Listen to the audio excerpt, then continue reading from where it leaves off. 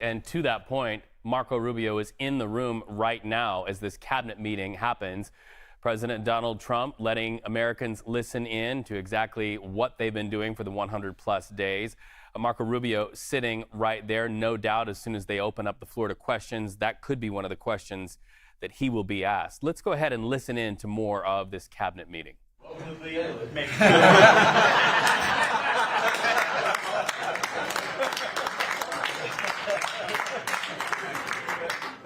Thank you for your service, Lee. Yeah, thank you.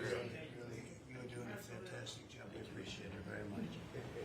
So, Well, Mr. President, I don't think I have ever worked so hard to try to fire myself.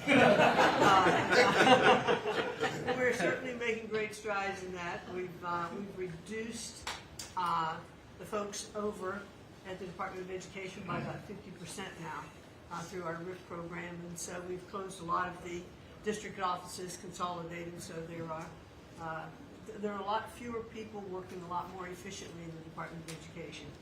The commissioners of education in every state, and I was at a meeting with them not too long ago for not only our states but our territories. They are thrilled with the opportunity now to be able to have more control over the education in their states, to get rid of a lot of the red tape and regulation that's kept them from doing what they're doing. So we're seeing, I think, great improvements. We'll see test scores, I believe. It'll take a bit for them to be able to go up, but I think now that they're going to have the opportunity to put in their own programs, we'll see that grow. At the same time, we've been focused on higher education for our universities. We've returned proper enforcement of Title IX protections to schools. We have stopped funding to Columbia, for instance, and some other schools for not only Title IX but Title VI infractions. And those are moving along. I think we've brought people to the table. They know that you're serious. You meant what you said.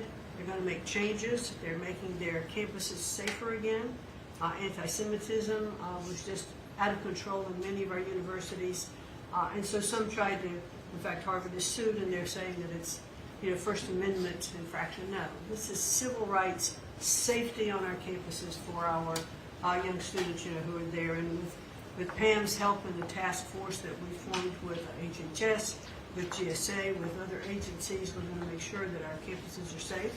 And so there's a lot of good work going on.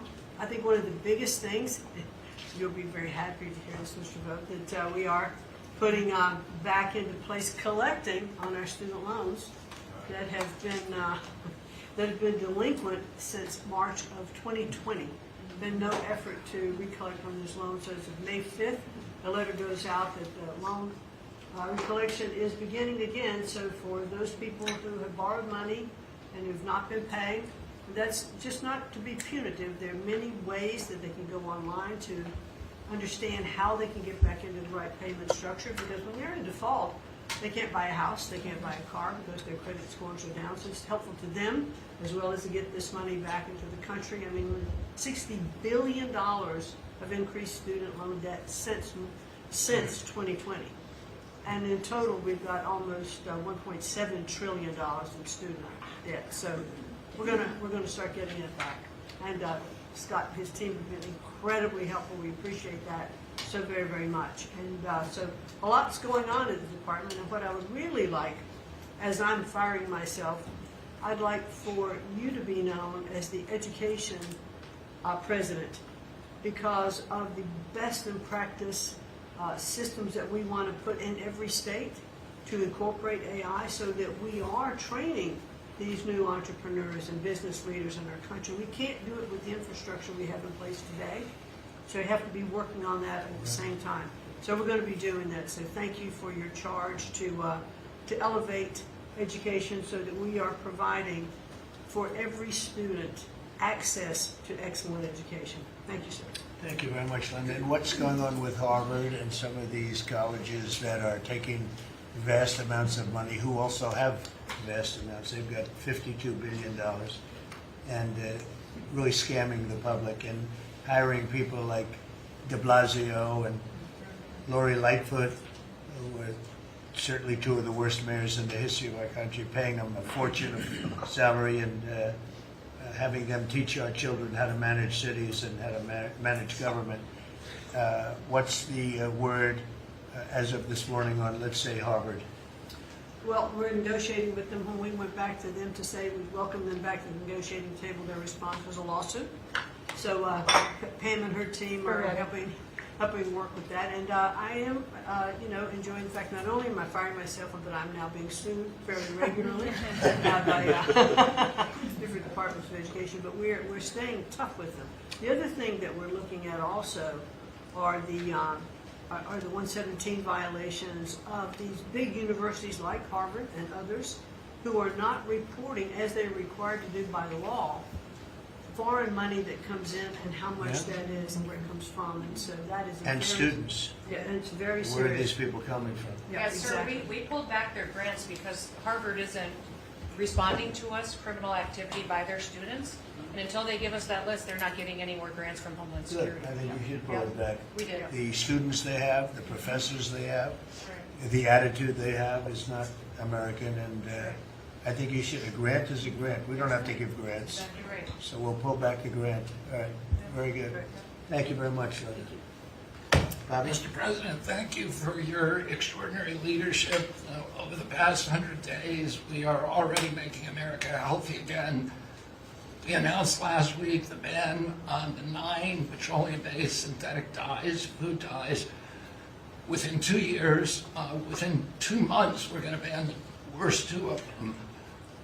I am working with Secretary Rollins on dietary guidelines, the dietary guidelines that the President Biden's administration gave us. 453 pages. They're basically unreadable. And they are the product of the same kind of politicized science that drove Fruit Loops to the top of the food pyramid.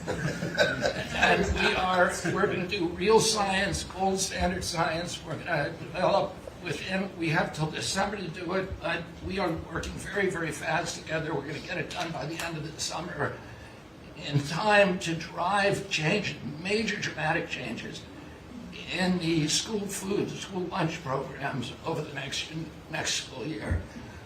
I'm working also with Secretary Rollins on the SNAP program and to get sodas and candy off of the food stamp program. 10% of food stamps go to SNAP. And I want to thank you for your courage. You are a business-friendly president, probably the most business-friendly in our history, but you're also willing to stand up to very, very powerful businesses, and you've shown that again and again. Secretary Rollins had the soda industry come and knock on her door very much, very loudly, and they said to her, well, the SNAP program is not supposed to be about nutrition. She pointed out to them that there is no nutrition in a soda. And they said, well, it's not supposed to be about nutrition. And she said to them, the name of the program is supplemental nutrition. It is about nutrition. And we should, we have 38% of our kids are diabetic or pre-diabetic, and we are paying at both ends. We're paying for the food-like substances that make them diabetic, and then we're being bankrupt. We're spending $1 trillion a year on metabolic dysfunction. It's existential and it's not sustainable. We have, I visited Arizona, West Virginia, Utah, and Indiana in the last 2 weeks, who have all applied for SNAP waivers. We're encouraging, thanks to Brooke Rollins' leadership, all of the states to apply for those waivers. I also visited Utah, which is the first state to ban supplemental fluoride. Florida yesterday passed a bill to ban supplemental fluoride. I'm confident Governor DeSantis is going to sign that. We are working, Lee Zeldin and I are working together to change the federal fluoride regulations, to change the recommendations, and we're looking at the science now. I want to point out that in August, the National Toxicity Program, which was an arm of the NIH, did a meta-review of all the science on fluoride and found that there's a direct inverse correlation between fluoride exposure and low IQ in children. So the more you get, the stupider you are. And we need smart kids in this country, and we need healthy kids, and thank you for your leadership. We're going to get there. We're reviewing the GRAS standards now we're revamping them to get 10,000 ingredients that are in our foods. The Europeans only have 400 ingredients. We have 10,000. There are chemicals we know nothing about. And we are going to stop that process, and then we're going to go back and look at these chemicals and make the companies either get rid of them or to label them. We've launched Operation Storage Speed, and we're going full speed ahead to make sure that we have good, high-quality milk for children. We have launched the autism study at your direction. By September, we'll have some of the first answers. Within 6 months of that, we will have definitive answers, not only for autism, but for the etiology of a whole range of autoimmune diseases that have become epidemic in our children. We have ended HHS as the role as the vector, the principal vector in this country for child trafficking. And during the Biden administration, HHS became a collaborator in child trafficking and for sex and for slavery. And we have ended that, and we're very aggressively going out and trying to find these children, the 300,000 children that were lost by the Biden administration. And we have ended funding for gender mutilation surgeries and other kind of gender dysphoria practices. And thanks to Elon, we have saved $67 billion at our agency without compromising any of our critical programs. Mr. President, I want to thank you for your vision, for your leadership, for giving me the 100 busiest days of my life, and most exciting and most rewarding. And there's, over the next 100 days, we're going to do much, much more. That's good. Thank you very much. Very good. Very important. Thank you. Doug, please.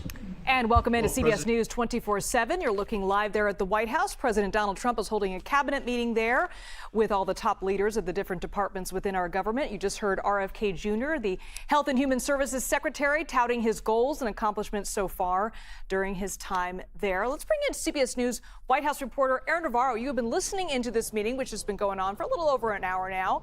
I want to hear your immediate takeaways. Yeah, we're expecting this to at least get into the question and answer portion in a little bit. But from what we've heard, I thought it was notable that President Trump said that Elon Musk, obviously the CEO of Tesla, kind of the overseer of the Department of Government Efficiency, President Trump said he can, quote, stay as long as he wants, but noted that Musk wants to get back home to his cars.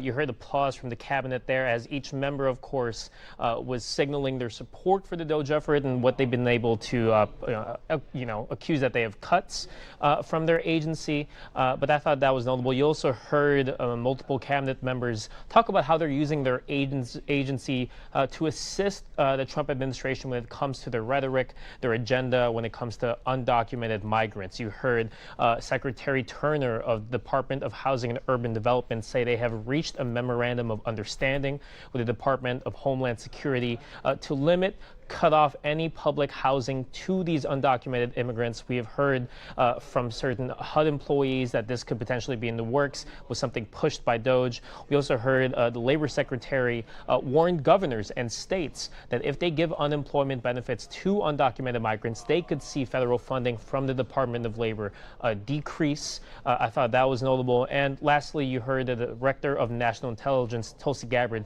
say they have revoked 67 security clearances in total. Of course, a number of that from President Trump's perceived enemies, from the Biden administration, from law firms. But certainly we're looking to see if President Trump answers more questions on the economy, on immigration, when reporters get the chance to ask questions. Yeah, one thing that stood out to me, Aaron, was the first person to get called on to speak, Pete Hegseth. He called him his least controversial cabinet member. What did you make of that exchange there? Yeah, President Trump, again, kind of showing his confidence in Secretary Hegseth as he talked about recruiting kind of being the crux of his 100 days so far. And that's kind of been President Trump's de facto answer when asked about Pete Hegseth, as President Trump has downplayed anything regarding Signal and the use of that to disseminate sensitive information when it comes to strikes in the Middle East, as President Trump has instead pointed to recruiting Undersecretary Hegseth as a reason for his confidence. And, you know, as we've seen with these cabinet meetings throughout his presidency, his second term as president, Elon Musk is always in the room there, even though he's not an official member of the cabinet.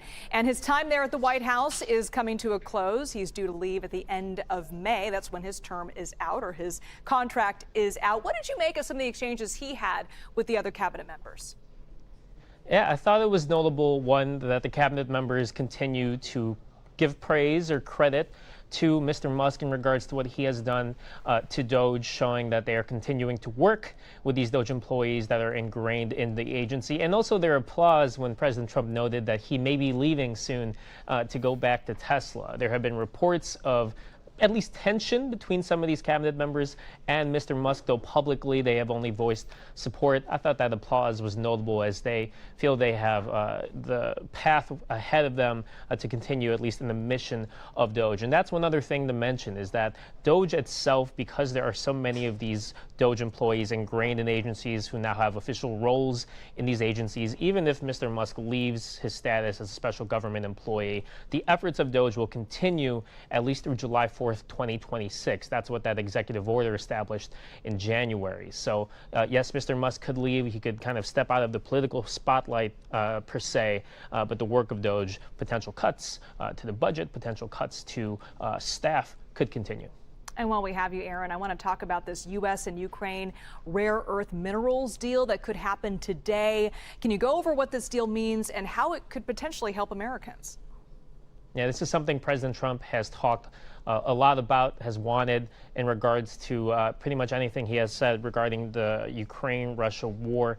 Rare earth minerals potentially used for electronics, especially for smartphones, chips, things of that nature. And what we heard from the Ukrainian Prime Minister, he posted on Telegram, he expects this deal to be signed, quote, within 24 hours. If you remember that turbulent Oval Office meeting between President Trump and Ukrainian President Zelensky, President Trump really wanted Zelensky to sign that mineral deal. Then, of course, a couple weeks later, we could potentially see some progress on that. Trump has said before that this mineral deal would be a sort of payback for U.S. assistance given to Ukraine during the Ukraine-Russia war. Though it's important to point out, the Prime Minister of Ukraine said that any assistance provided prior to this potential deal signing is not subject to the agreement. All right, Aaron Navarro, thank you so much.